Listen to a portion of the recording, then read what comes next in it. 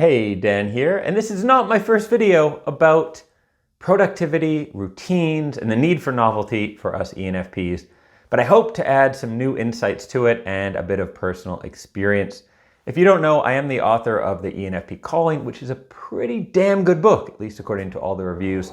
So if you are an ENFP wanting to figure out what your calling is in life and how to actually pursue it, I highly recommend grabbing a copy of that book. It's an audiobook, print and digital. Now, this question of novelty and routine is a really important one.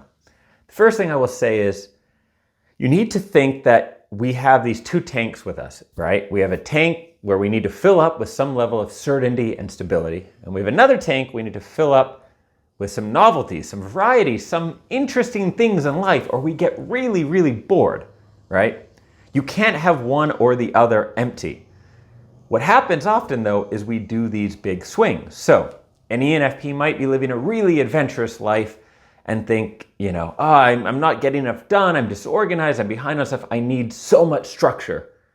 And they quit drinking, don't go out with their friends, try to build this like Andrew Huberman, crazy, healthy, structured, insane person life. And it works out for a little while, and then kind of things don't quite work out, right? They go totally off the wagon and go the other way.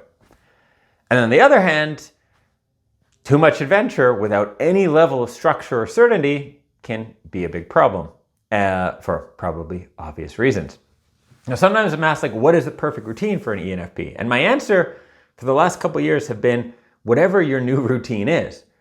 And what I mean by this is there will be elements of a great routine that will be consistent in your life. And so, for instance, one of them I find for a lot of people, myself included, is using your mornings really well. Staying offline for as long as possible in the morning and using that time to do something really worthwhile. Perhaps the most important thing you need to do in the day.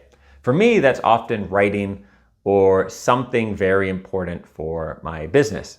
And so those first couple hours, very, very important. Things like exercise. I know no matter what my routine is, having some level of exercise makes a huge difference for my mental health, my focus, my moods, all that sort of stuff, right? But there's the details of it. Like maybe you have a morning routine where you wake up and write for 30 minutes and then meditate. Maybe you have a morning routine where you go for a walk, get some sunshine, and then go for a swim. Maybe you do jumping jacks. Maybe you have 2 cups of coffee, whatever it is, right? Those details probably change with time. And sometimes what I think helps the ENFPs is the fact that it's a new routine. It's like, I think I found this thing that will help me focus. And we do it for 3 months and it works really, really well. And so that's something to keep in mind. Humans, like the world, have seasons. We have ups and downs in our moods, not just in terms of a good mood or a bad mood, but in terms of our ambition levels, our levels of creation versus reflection. You go through these different phases and times, and sometimes it's more over a period of a week, sometimes it's over months or years. But I have found that trying to fight this and just keep being the same way doesn't work. That it's more about embracing and optimizing the stage of life you're in and the way you're feeling and everything else like that.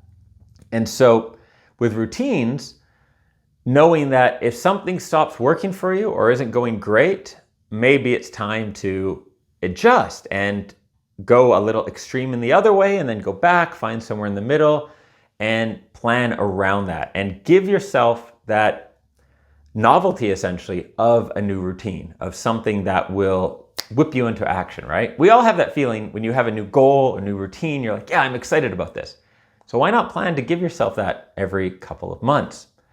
Now, my experience over these last few days as I've been doing this trip by train from Prague to Paris and then back again has been reminding me of that balance I need. So I don't know if I've ever mentioned this on the channel before, but I used to work from the airport in Canada. So Vancouver, where I'm from, has this beautiful airport. It was open 24 hours, including some of the stores and everything like that. It's a big international airport. And there was a direct metro that they just built. We call it the SkyTrain because it goes above ground mostly, but then underground. So I don't know how it's called the SkyTrain. And that went from where I lived in the downtown to the airport. So I'd often go there and work from 8 at night till 3 in the morning or something like that. And I loved the inspiration of being at the airport. That was before I moved to Costa Rica, before I started traveling much. And that was part of what motivated me, is to be in that environment, to look up at that departure board and see Tokyo, London, Paris, wherever, right? Sydney, see all these places and be like, wow, I could be going there. I don't think there's direct flights to Sydney, but wherever else, right? And that really motivated me and created this really good environment. That led to also working really well on planes, on trains, generally in sort of more chaotic environments. I could be really productive. And this is not uncommon. A lot of people say they work really well on planes or trains and things like this, right? So that is something I know about myself. When I'm in a bit of a busy, novel environment, I can actually really focus and get a lot done. So in my mind, I'm thinking, well, this trip will be perfect. I'll be moving around. I'll have all this inspiration. Will allow me to get a ton of writing done, a lot of filming. It will be wonderful. But I underestimated the amount of energy used up traveling, going to the hotel, things like that. I mean, I made it as easy of a trip as possible. But still, you lose a lot of energy just moving around, carrying your stuff, thinking about routes to take, hotels, etc. And I would say that there was too much novelty for me to really settle in and be productive, if we want to use that word. I will say actually to be creative. That's a better word. So in order to get in that creative place on this trip, I haven't really been able to get there because there's been a little too much novelty. And I was reflecting back because I've lived in somewhere like 10 countries and traveled a lot. And a lot of that time, not only have I been sustaining things and working, but also they've been sometimes the most productive times of my life in terms of writing books and launching new businesses and things like that has been when I've been more nomadic, not when I've just been in one place. So I've actually found, looking back, that when I settled into Prague and in theory should have like more stability and structure and then be better at the business thing, it went the other way. And I look back and realized it was when I was more moving around and had all these experiences. But it wasn't moving around like a crazy backpacker every couple days.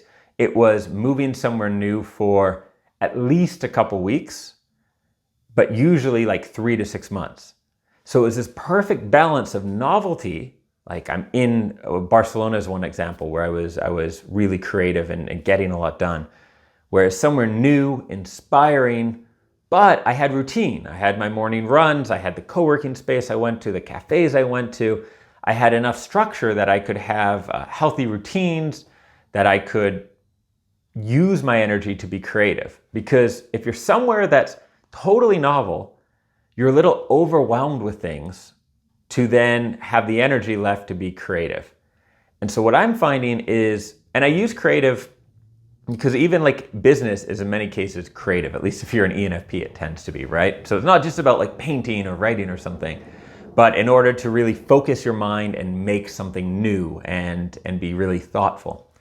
And so what I found for myself is it's more about this balance. Like if I can go somewhere for a couple weeks, it can be a really, really productive, focused time that balances novelty and fun and adventure with being really creative and getting a lot done. A couple days at a time, I realize now looking back, I've made that mistake at least a few times where I've planned trips that I thought I would be able to, work during the trip, and it just doesn't work. It would take away too much enjoyment, or at the end of the day, I just don't have the creative energy left by it all. So something to think about, both for those of you who are more nomadic and traveling and work, location independent, but also just thinking in general. I find, for instance, in Prague, when I'm working on a book, that I want some level of novelty where I go work, the different cafes, but not too much. I have 2 or 3 places I usually go to, and if I start to feel they're getting dry into routine, I'll go somewhere new. But if I went to a new cafe every morning, it wouldn't work. I'd spend all this creative energy kind of adjusting to the place, thinking of where to go, etc. Where when you're creating something, you want that energy really focused into it. So I don't know, hope you found that interesting and can apply it in some way. It's always going to be a dance for us ENFPs. And this is true for a lot of areas of our life, where the building of our intuition and understanding our needs is really important, and it gets better with time. So when I was like 25, it would be like, I need to be this way, and then I need to be this way. I'd be bouncing all around and feeling kind of out of control at times. And now I have a lot more of that intuition where I can realize like, oh, I need like 20% more novelty now, or I need this. And there's never going to be this flat, perfect routine or life. That's an ENTJ desire, right? That's not how the world works. The world works in seasons. It's Mother Nature. It changes, it flows. And hey, that's the ENFP way. So if I can say anything, the desire we often have to have this like perfect stability, and okay, I'll find the exact balance of novelty and routine and make it work. It's probably not going to happen, but you'll gain a lot of insights and intuition into what does and doesn't work for you, and you'll probably get 95% of the way there. Not that you create this perfect structure, but that you learn what you need and how to do that dance so that you ultimately get the perfect outcome that you want, which I think is the most important thing. Because if there was a perfect way to do everything and it just stayed the same, you'd get bored out of your mind. Just admit it. Thanks for watching the channel. If you have not checked out my book, The ENFP Calling, I'm serious, it doesn't suck.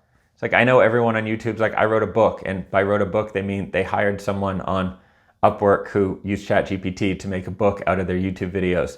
This was like a real book where a lot of wine was consumed. I think I wrote it over 6 countries, edited it like 5 times, including a very good editor, an INFP friend of mine.